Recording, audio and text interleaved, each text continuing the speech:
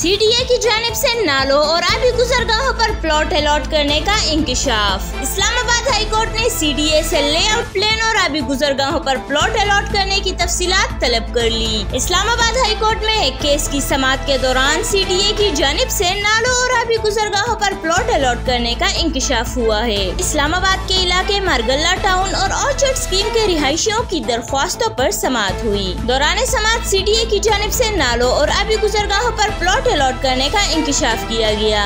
Justice राजा इनाम अमीन मिन्हास ने CDA से प्लॉट्स की तफसीलात तलब कर ली। अदालत ने कहा कि CDA लेआउट के साथ बताए कि आबी गुजरगाहों और नालों पर कैसे प्लॉट बनाए गए। दरख्वास्त गुजारों की जानिब से वकील काशिफ अली मलिक एडवोकेट अदालत में पेश हुए और मौकिफ अपनाया कि सैलाबी सूरत हाल के बावजूद CDA नालों और आबी गुजरगाहों पर प्लॉट अलॉट कर रहा है। बहुत सारे रिहायशी इलाके आजकल पानी में डूबे हुए हैं। अदालत ने CDA से लेआउट प्लान और आबी गुजरगाहों पर प्लॉट अलॉट करने की तफसीलात तलब कर ली और केस की समाअत 16 अक्टूबर तक मुलतवी कर दी।